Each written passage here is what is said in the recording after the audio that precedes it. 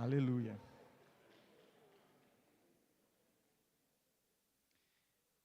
Amém. Deus abençoe, né, queridos? Vamos lá, então.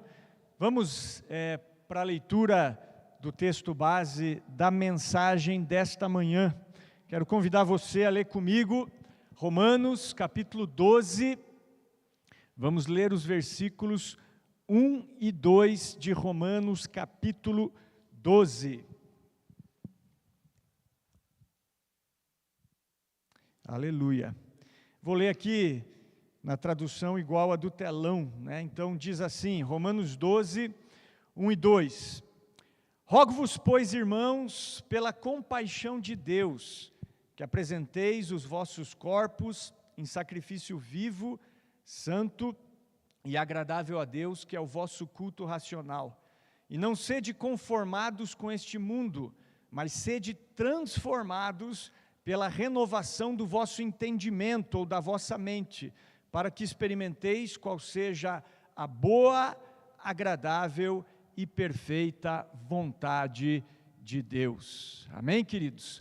Bem, baseado nessa passagem, o tema da mensagem que eu quero compartilhar com a igreja nessa manhã é o poder sobrenatural de uma mente transformada. Inclusive, esse título, né, existe um livro com esse título, um livro de um autor chamado Bill Johnson, né, que é o poder sobrenatural de uma mente transformada. Mas eu não li o livro, tá? E não vou pregar sobre o livro. O que eu vou trazer aqui para os irmãos é o que eu tenho aprendido nas minhas meditações bíblicas em todos esses anos e tenho buscado, né, em Deus fazer a interpretação correta dessa passagem. Então hoje nós vamos falar sobre isso, sobre o poder sobrenatural de uma mente transformada. Você que tem acompanhado as nossas mensagens, você sabe que nós estamos ministrando sobre propósitos, né? Começamos a falar sobre isso no mês de setembro e agora no mês de outubro nós vamos dar continuidade a esse tema.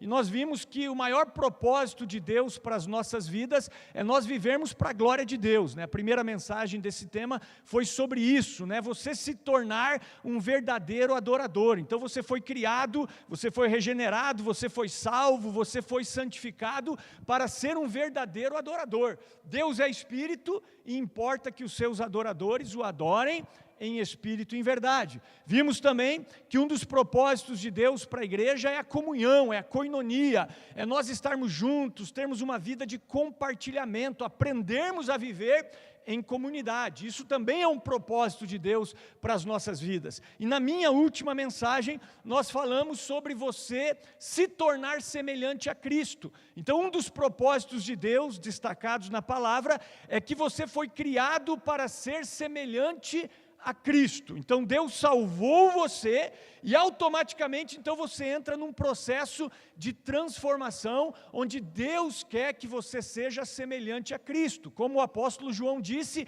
aquele que diz que está nele também deve andar como ele andou. E nós falamos nessa mensagem sobre esse assunto, que essa transformação, ela ocorre de dentro para fora, ela ocorre na sua mente. Então, ser semelhante a Cristo não é se tornar um clone de Cristo, é você começar a pensar igual a Cristo, é você passar por um processo de renovação da sua mente, e isso é o que os gregos chamam de metanoia. A palavra metanoia significa transformação de mente, mudança de pensamento. É dessa palavra também que deriva a palavra arrependimento. O que é o arrependimento? É você entender cognitivamente que você é um pecador, é você sentir profunda dor pelo seu pecado e é você se converter, é você mudar de comportamento. Então isso é metanoia,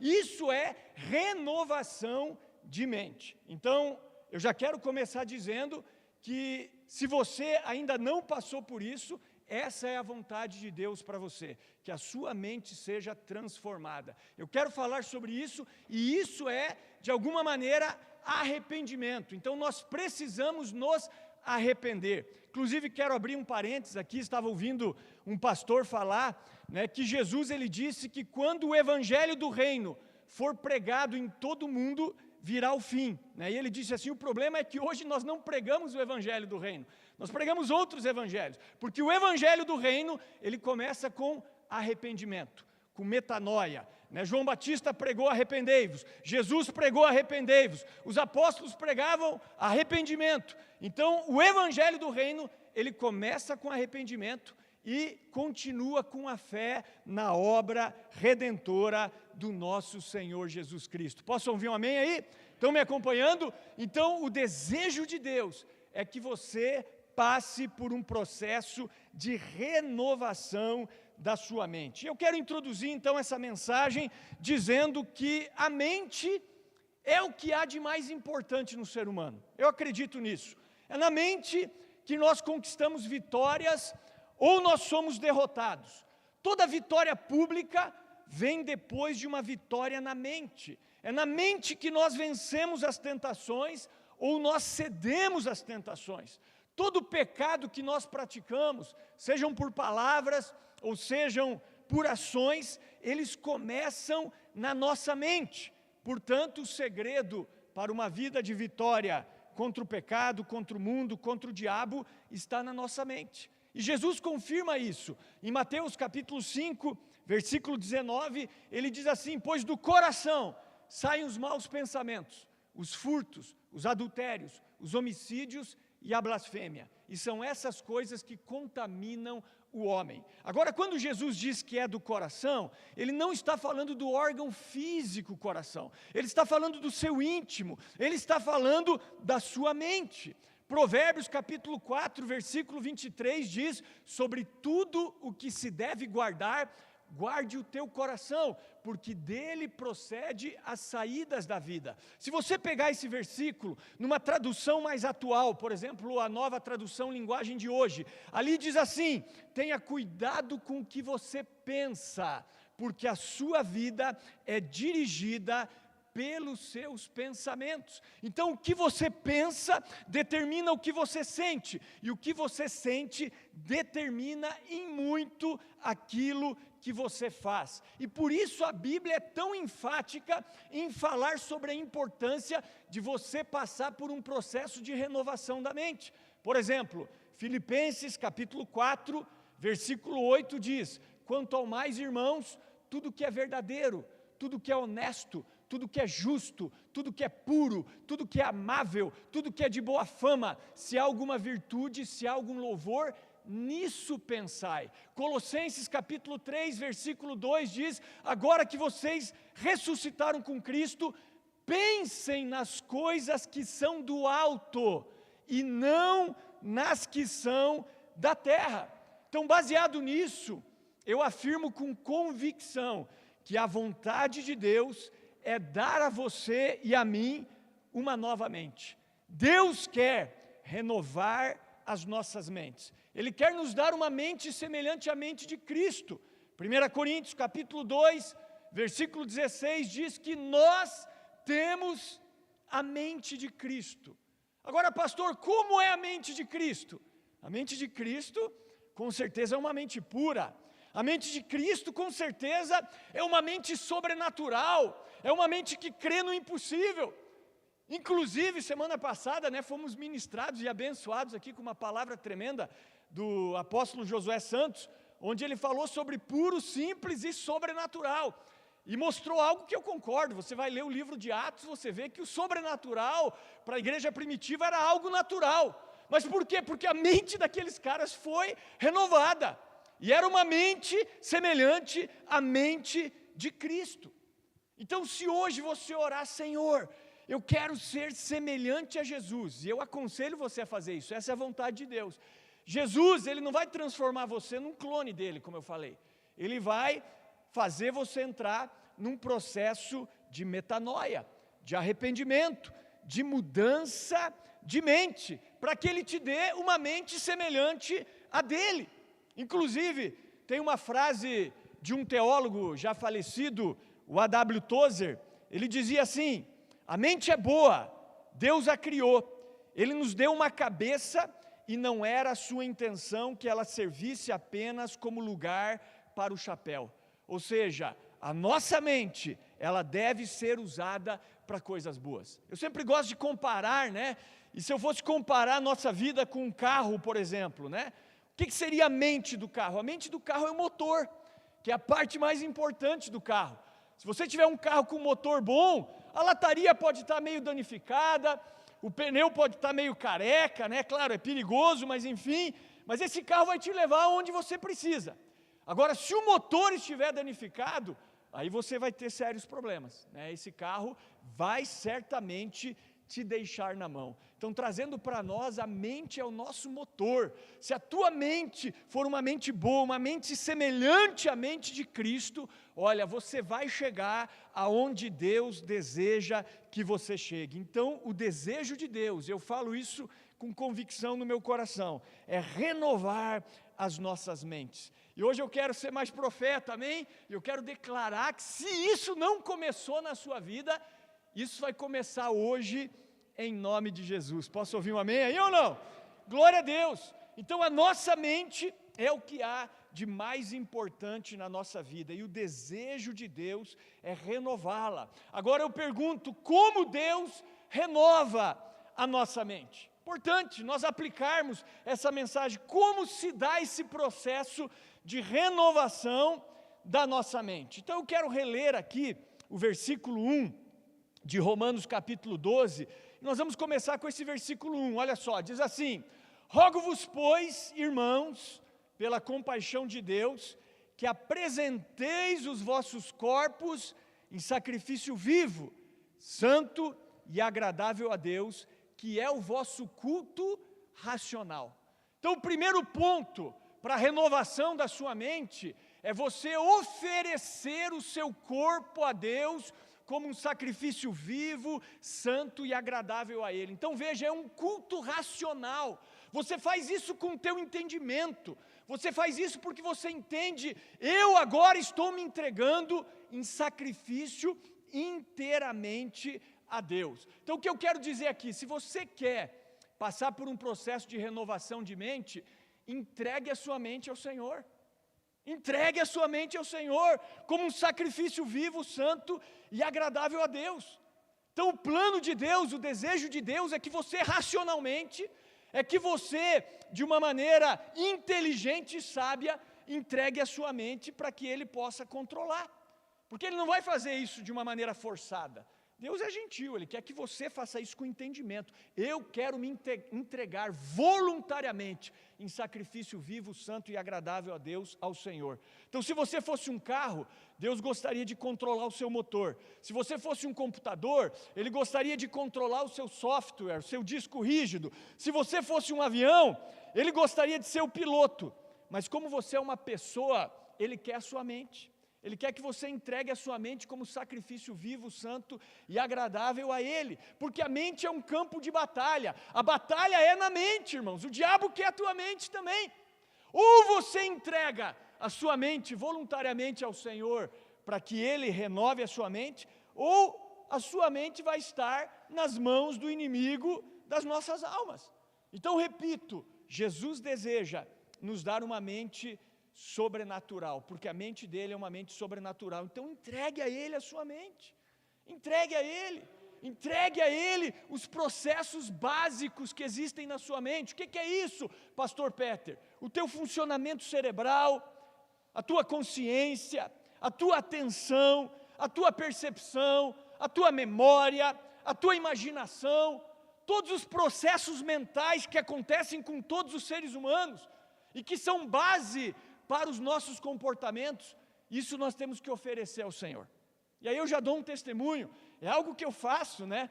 Eu sempre que estou orando, não vou dizer todos os dias literalmente, mas eu já fiz isso todos os dias, eu dizia: Senhor, meu funcionamento cerebral, minha atenção, minha percepção, minha memória, minha imaginação, minha consciência, tudo aquilo que eu sei que é base para o meu comportamento, eu entrego a Ti de uma maneira voluntária, de uma maneira racional, para que o Senhor esteja renovando a minha mente. Eu posso dizer que dia após dia eu tenho realmente tido uma mente transformada, e a minha mente, né, ela tem acredito sim, tenho muita fé nisso, se tornado uma mente semelhante à mente do Senhor Jesus Cristo. Então, primeiro princípio para a renovação da nossa mente: ofereça a sua mente ao Senhor. Em Romanos 6, se você voltar ali, você vai ver Paulo falando isso mais uma vez, de você oferecer os membros do seu corpo como instrumentos de justiça. Em outro momento, nós oferecíamos os nossos membros como instrumentos de iniquidade, de pecado. Agora não, agora nós temos que oferecer os membros do nosso corpo para servirem à justiça. Inclusive, eu não vou cantar aqui, não vou, causar assim um transtorno para você, mas eu gosto muito do pastor Cirilo, eu gosto, tem aquele CD Coração em Arrependimento, ele canta isso, cada parte do meu corpo eu ofereço a Ti, como instrumento de justiça, que santifica o Teu nome. Então é isso que nós devemos fazer, oferecer a nossa mente ao Senhor. Amém? Está conseguindo me acompanhar? Levanta a mão aí se você está me acompanhando. Amém. Segundo ponto, Romanos capítulo 12, agora o versículo 2, diz assim: e não sede conformados com este mundo, mas sede transformados pela renovação do vosso entendimento, para que experimenteis qual seja a boa, agradável e perfeita vontade de Deus. Então, primeiro ponto, oferecer ao Senhor o nosso corpo. Segundo ponto, não se conformar com este mundo. É isso que esse texto está dizendo. E não sede conformados com este mundo. Então, se você quiser passar por uma renovação de mente, você não pode se conformar com este mundo. Você não pode tomar a forma deste mundo. Agora, pastor Peter, o que é o mundo? Você sabe o que é o mundo? O mundo é esse sistema que nós vivemos, Mas a Bíblia fala do mundo. Quer ver? Vamos abrir a nossa Bíblia em 1 João. Vamos lá para 1 João, capítulo 2, de 15 a 17. E esse texto vai falar a você e a mim o que é o mundo. Olha só o que diz o apóstolo João. Ele diz assim, 1 João 2, de 15 a 17. Não ameis o mundo, nem as coisas que há no mundo. Se alguém amar o mundo, o amor do Pai não está nele. Porque tudo que há no mundo, a concupiscência da carne, a concupiscência dos olhos e a soberba da vida ou a ostentação dos bens, não procede do Pai, mas procede do mundo. Ora, o mundo passa, bem como a sua concupiscência. Aquele, porém, que faz a vontade de Deus, permanece para sempre. Então, o segundo ponto para uma renovação de mente é você não se conformar com o mundo, é você não amar o mundo. Às vezes a pessoa está na igreja, mas ela está amando o mundo, Ai, como é bom o mundo. Eu odeio o mundo, essa que é a verdade. E as obras do mundo. Se eu pudesse, eu já estaria fora desse mundo, há muito tempo. Eu digo isso, Graças a Deus, eu não tenho prazer nesse mundo aqui. Quer dizer que eu sou infeliz? Tal? Não. Tem muita coisa legal, tenho minha família, tem coisas que a gente faz que trazem aí uma felicidade momentânea, Mas se eu pudesse escolher, já estaria fora há muito tempo, Nós não somos cidadãos desse mundo. Somos cidadãos do reino de Deus. Então nós não podemos amar o mundo. E nós vemos aqui que o mundo, ele é a concupiscência da carne, ele é a concupiscência dos olhos e ele é a soberba da vida. Então eu queria falar um pouquinho a respeito da concupiscência dos olhos, porque muito daquilo que nós pensamos, e muitas vezes a nossa mente não é renovada, porque nós não cuidamos com o que nós vemos. Os nossos olhos estão contemplando coisas que não agradam a Deus, nós estamos cobiçando coisas que não agradam a Deus, e aí a nossa mente, ela não é renovada. Por isso que Jesus, ele disse assim, a lâmpada do corpo são os olhos. Se os teus olhos forem bons, todo o teu corpo terá luz. Se os teus olhos forem maus, todo o teu corpo estará em trevas. E se a luz que há em ti são trevas, quão grandes trevas serão. Então nós vemos que Jesus está falando, quer uma mente renovada, em outras palavras, então cuida com aquilo que você vê. Porque aquilo que você vê, a concupiscência dos olhos, vai direto para a tua mente, não é verdade? Então aquilo que você vê determina o que você pensa. O que você pensa determina o que você sente. E o que você sente determina em muito aquilo que você faz. Então, se eu quero uma mente sobrenatural, eu tenho que saber lidar com o mundo, eu não posso me conformar com o mundo. Eu preciso saber lidar com a cobiça da carne, com a cobiça dos olhos, com a soberba da vida. E a palavra aqui é guarde os seus olhos.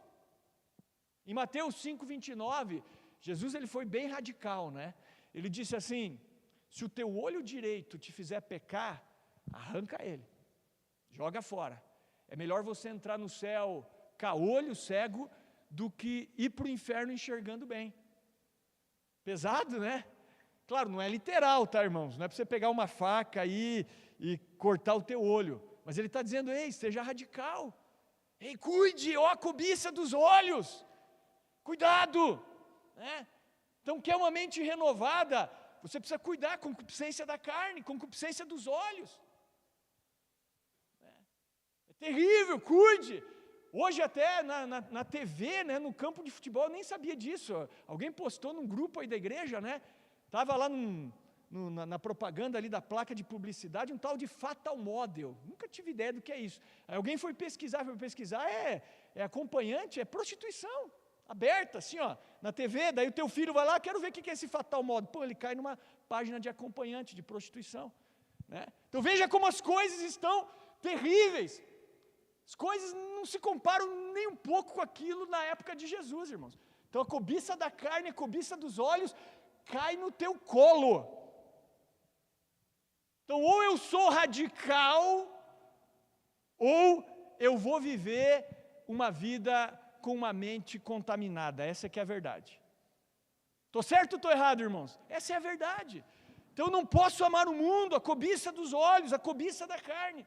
Então se eu quero uma mente sobrenatural, eu preciso guardar os meus olhos. Quer ver? Vamos à palavra. Provérbios 4:25 diz assim: olhe sempre para frente, mantenha o olhar fixo no que está diante de você. Está dizendo, ei, cuide, foco, não se desvie. A continuidade do versículo diz, não se desvie para a direita, para a esquerda, mantenha o olhar fixo no que está diante de você. Provérbios 17:24 diz que o prudente mantém a sabedoria à vista, mas os olhos do tolo vagueiam até os confins da terra. O cara está pondo, valeu, cara, é que esse eu não dei para você, né? É isso aí, diz isso, que os olhos do tolo vagueiam até os confins da terra. Ou seja, o tolo, ele não guarda os seus olhos, ele não toma cuidado com o que vê. Está na internet, não tem cuidado, né? Está assistindo ali alguma programação, não tem cuidado.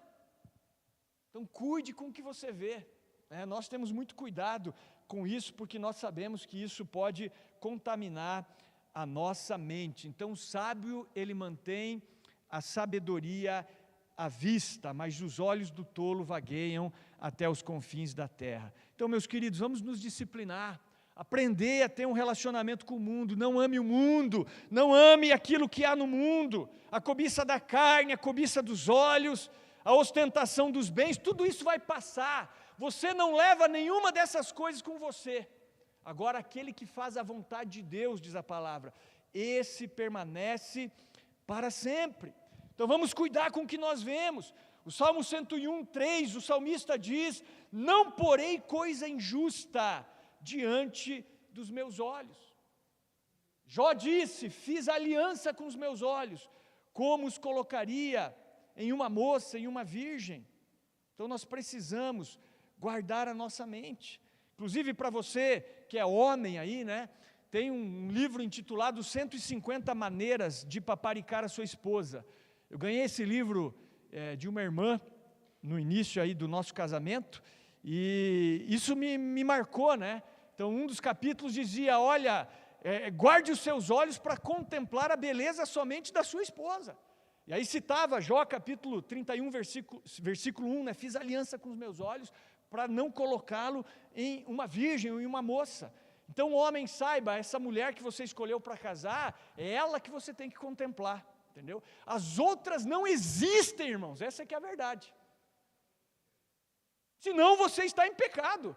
Né? Olha que grave, Jesus disse, aquele que olhar para uma mulher com intenção impura no seu coração, já cometeu adultério. Né?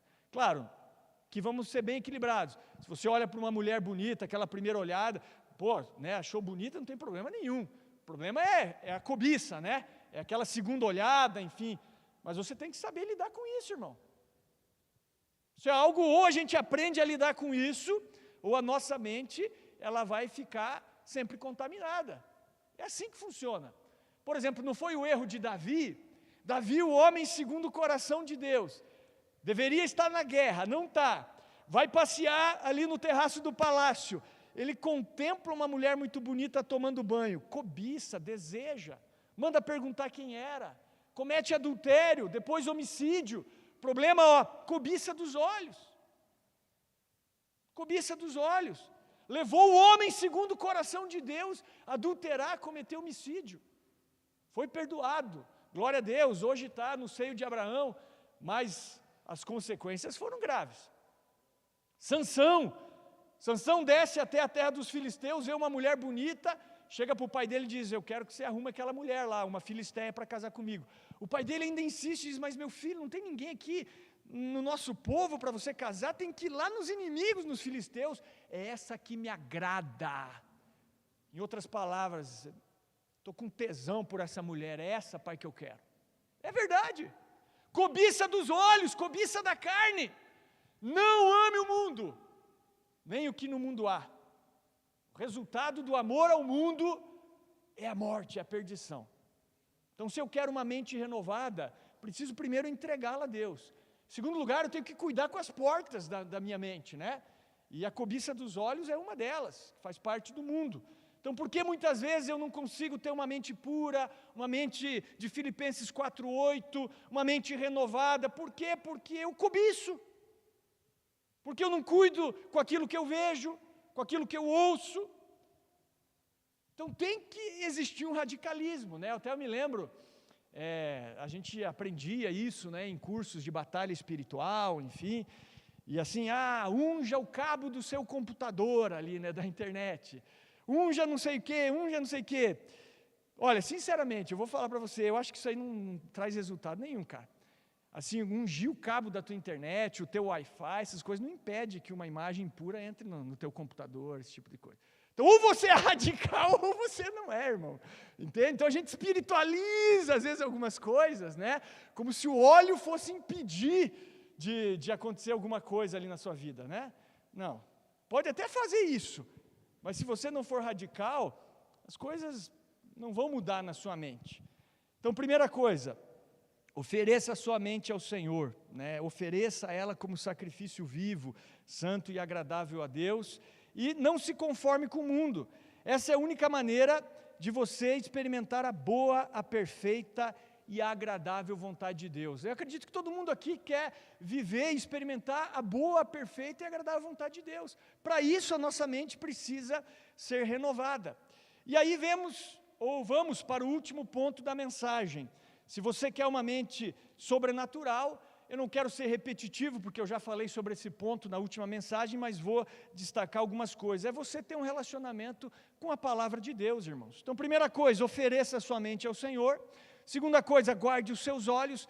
Terceira coisa, palavra de Deus. Então, Romanos 12, versículo 2, vai falar para você não sede conformado com esse mundo, mas sede transformado pela renovação da sua mente, para que você experimente a boa, a perfeita e a agradável vontade do Senhor. Né? Então, a boa, perfeita e agradável vontade do Senhor está onde? Na sua palavra. Então, Deus, pela sua palavra, muda a nossa mente, nos dá uma mente sobrenatural. É impossível desenvolver uma mente sobrenatural, a mente de Cristo, sem um relacionamento com a palavra de Deus. É um instrumento que Deus usa, o Espírito Santo usa, para mudar a nossa mente. Então eu preciso preencher a minha mente com a palavra de Deus. Eu falei isso aqui na última mensagem. A nossa mente muda quando? Quando as mentiras são substituídas pelas verdades. né? Jesus disse, santifica-os na tua verdade. A tua palavra é a verdade. Então a palavra de Deus é diferente de qualquer outra palavra, ela é viva. Jesus disse, as palavras que eu vos disse são espírito e vida. Então quando Deus fala, as coisas mudam. Por isso que eu digo, eu posso vir aqui e pregar a minha palavra, pregar uma mensagem, uma palestra motivacional que vai fazer você sair daqui, eu sou o máximo, coisa maravilhosa, mas não muda ninguém, irmão. Essa que é a verdade. Agora, quando Deus fala, aí as coisas mudam. Não é minha palavra como martelo, diz o Senhor, não, como que é, Mauro? Mas como que é o versículo? Fogo, isso. Fogo, diz o Senhor, como martelo que esmiuça a penha. Então a palavra de Deus é um martelo que esmiuça a penha. Transforma as nossas vidas. 2 Timóteo 3, 16 e 17, toda a Escritura é divinamente inspirada e proveitosa para ensinar, para repreender, para instruir, para corrigir na justiça, a fim de que o homem de Deus seja perfeito e perfeitamente preparado para toda boa obra. Atos 17, 11, fala dos bereanos, que eram mais nobres do que os tessalonicenses, porque todos os dias eles examinavam as Escrituras, para ver se aquilo que os apóstolos pregavam era de fato assim. Lucas 24, 45 diz que Jesus abriu o entendimento de 2 dos seus discípulos ali, para que eles compreendessem as Escrituras. Então o terceiro ponto aqui para a renovação da nossa mente é uma relação íntima com a palavra de Deus, amém? Então tem muitas pessoas que são leitores, mas leem pouco a Bíblia, ouvem pouco a palavra de Deus. Não é a Bíblia, é a palavra de Deus que nós precisamos ler, né? Porque o que tem poder, eu repito, não é o livro, tá, irmãos? O que tem poder é o que está escrito aqui. Se você lê o que está escrito, se você assimila, memoriza o que está escrito e pratica o que está escrito, aí você tem poder. O livro em si não tem poder, né? A gente sempre fala, tem gente que deixa a Bíblia aberta em casa no Salmo 91, ali na entrada de casa. Não, o livro não tem poder nenhum de proteger a tua casa, né? Eu já conversei com pessoas que eles diziam, né? Eu sempre cito isso, colocava a Bíblia na cabeça, pastor, eu ponho a minha Bíblia na minha cabeça, assim, eu abro ela, ponho no meu peito. Falei, cara, não dá, você não recebe a palavra por osmose, aquilo não pula dentro de você e você agora está vivendo a palavra de Deus. Você precisa ler, você precisa memorizar, você precisa aplicar a palavra na sua vida, e aí sim você vai ter uma arma poderosa nas suas mãos, porque aí você vai ter uma espada, e quando o inimigo te atacar, você vai saber contra-atacar. Como? Com a palavra de Deus. Aí vem uma tentação de orgulho, você rebate, não, Deus resiste aos soberbos, mas dá graça aos humildes. Tende em vós aquele mesmo sentimento que houve em Cristo Jesus, que sendo na forma de Deus, não teve por usurpação ser igual a Deus, mas a si mesmo se humilhou, tomando a forma de servo, fazendo-se semelhante a homens, e achado na forma de homem, humilhou-se até a morte, morte de cruz. Aí vem uma tentação de imoralidade, e você diz, não, está escrito, sede santos, porque eu também sou santo, não vos conformeis com este mundo. Aí vem uma tentação para você ficar em casa dormindo o dia inteiro, não ir trabalhar, tentação de preguiça, e você diz assim, não, está escrito que o preguiçoso deseja e nada alcança, mas o desejo dos diligentes são amplamente satisfeitos. Eu vou trabalhar, né? É assim que funciona. Você acha que todo dia eu tenho vontade de trabalhar? Quem é autônomo aqui sabe, né? Às vezes a gente quer ficar dormindo o dia inteiro, né? Mas todo dia eu trabalho, irmão. Por quê? Não é verdade? Se eu não trabalhar, o que vai acontecer? Diz a Bíblia, o telhado da casa enverga, né? Então é com trabalho que você prospera, biblicamente falando, né? Então vem uma tentação de mentira, e você diz, não, está escrito, não mentirás. Você vai rebatendo a tentação com a palavra de Deus. Por isso que a gente cai em tentação muitas vezes. A gente não tem a arma, a gente não usa a arma correta, ou não tem ela, né? Porque nós não lemos, não memorizamos, não assimilamos, e nós acabamos falhando. Então, queridos, queria deixar essa palavra com vocês, e dizer que esse é o desejo de Deus. Temos orado por isso, para que Cristo seja gerado na nossa igreja, para que nós venhamos a ter a mente de Cristo. Esse é um dos propósitos de Deus. Paulo diz que ele sentia dores de parto, para que Cristo fosse gerado ali nas igrejas que ele iniciou, né? E nós também temos esse sentimento. Queremos ver você crescer espiritualmente, amadurecer, queremos ver você vencendo o pecado, o mundo, o diabo, queremos ver você avançando dentro daquilo que é a vontade de Deus para você. Mas o segredo é a renovação de mente. Não tem como, não existe algo automático, né? Nós precisamos racionalmente consagrar a nossa mente ao Senhor, precisamos, em nome de Jesus também, guardar ali os nossos olhos, né, os nossos ouvidos, as portas da nossa mente, e precisamos sim nos relacionar ativamente com a palavra de Deus. Amém? Quero convidar você a ficar de pé, chamar aqui já o